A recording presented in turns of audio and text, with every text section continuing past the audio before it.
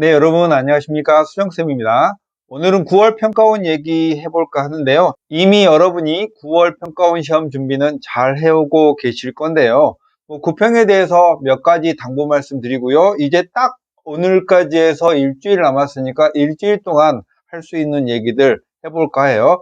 이번 9월 평가원 시험은 어느 해보다도 재수생 이상과 반수생이 많이 포함되는 졸업생이 많이 포함되는 시험이어서 우리 고3 학생들이 바짝 긴장을 해야 될 것 같고 6월에 혹은 교육청 모의고사에서의 여러분의 성적을 유지하기가 쉽지 않을 거니까 지금부터 남은 일주일이라도 최선을 다해서 해주시면 좋을 것 같아요.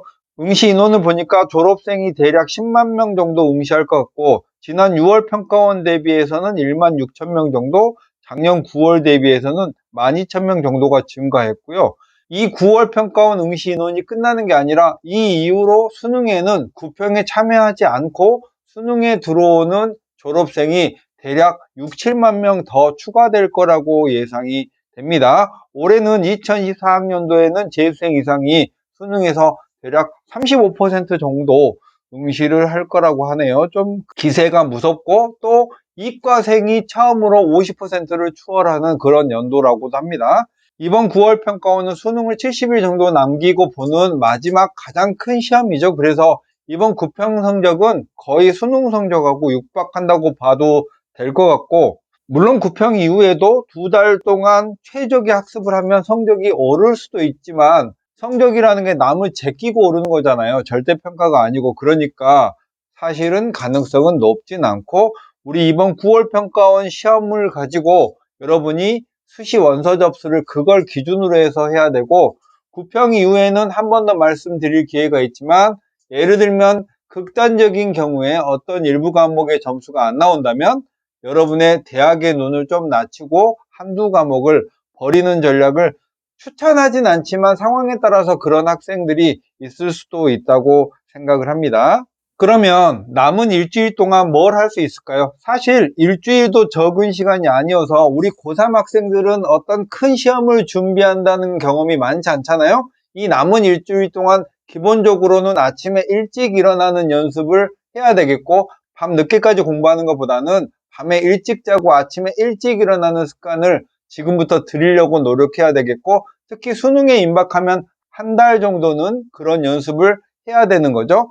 지금부터 남은 일주일 동안은 1, 2학기 때 배운 내용을 총정리할 수 있는 충분한 시간입니다. 특히 이번 주말을 통해서 여러분이 중요하게 생각하는 과목에 대해서 그동안 공부했던 내용을 총정리하는 게 중요해요. 지금부터 수능까지는 했던 공부를 정리하는 게 가장 좋은 학습법이지, 새로운 문제를 열어보는 것은 그렇게 좋은 학습법은 아니고요. 물론 최상위권 학생들은 신유형에 대해서 적응하는 훈련도 필요하긴 합니다.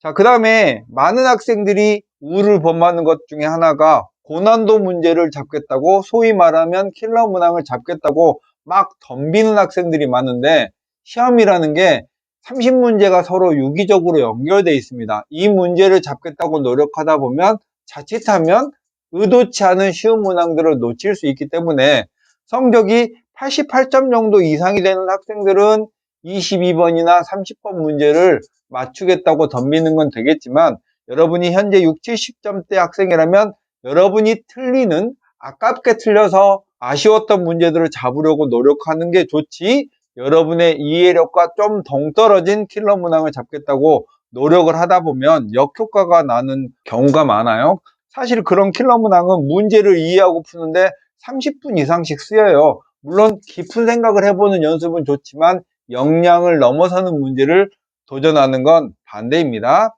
그 다음에 남은 일주일 동안은 여러분이 그동안 공부해왔던 각 과목별 EBS 연계교재를 한 번 더 보는 게 좋습니다. 올해는 중간중간에 이미 정부에서 킬러 문항을 내지 않겠다고 예고하고 있고, 또 EBS 연계성을 강화하겠다라고 여러 번 강조했으니까 EBS 문제를 여러분이 다시 한번 살펴보시는 작업은 꼭 해야 될 일입니다. 특히 수학의 경우에는 수능 특강과 수능 완성의 문제는 어떤 걸 의미로도 쓱싹쓱싹 잘 풀 수 있는 수준까지 연습을 해야 될 것 같고, 남은 며칠 동안의 기간에요, 실전 문제나 봉투 모의고사나 사설 모의고사는 여러분의 일정상 학원이라든지 이런 데서 주어지는 경우는 어쩔 수 없겠지만 여러분이 그런 문제들을 찾아다니면서 푸는 건 반대입니다.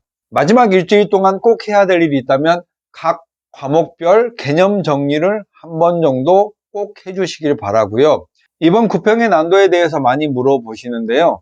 제가 봤을 때는 이미 정부가 충분하게 예고하고 있고 예고하는 대로 예상을 해야 되잖아요. 지난 6월이나 작년 수능 그리고 작년 9월 평가원에서 각 과목별 중상위권 난도의 문제들이 있고 이 문제들은 여러 해 동안 반복 출제되는 문제들이어서 제가 좀 요약해 봤는데 수학원에서는 거듭 제곱근에 관한 실수의 개수 문제, 지수로그 함수의 그래프하고 교점, 밑을 구하는 그런 문제, 삼각함수의 그래프와 개수들을 구하는 활용 문제, 원과 삼각함수가 활용되는 문제, 등차 등비수열의 추론 문제나 점화식 문제는 당연히 포함해야겠죠. 수학2에서는 함수의 극한을 활용하거나 극한에 관한 새롭게 정의한 함수 문제, 속도가 속도와 미분은 요즘에 많이 떠오르는 테마죠. 정적분으로 정의된 함수에 대해서 개수를 구하는 문제, 거리와 적분 문제. 이게 수투에서 우리가 중상위권 문제로 많이 대두되는 문제고요. 미적분에서는 이미 여러분들이 잘 알 거예요. 등비급수의 활용 문제, 삼각함수의 극한 활용 문제, 미분법에 관한 심화 문제들, 역함수의 정적분이나 정적분 활용의 호의 길이, 넓이, 부피 이런 거 중에 하나. 이 정도가 중상위권에 해당되는 문제들이죠. 이거 이번 일주일 동안 한 번 더 반복 훈련하면 아마도 15번, 22번, 30번 문제들도 이런 문제들이 그냥 중상위권 문제의 난도의 연장선상에서 쭉 출제가 되고 예전처럼 킬러 문항이 안 나올 거라고 예상이 되니까 여러분의 성적대에 맞춰서 이런 문제들을 충분히 연습해 보시면 도움이 될 것 같습니다.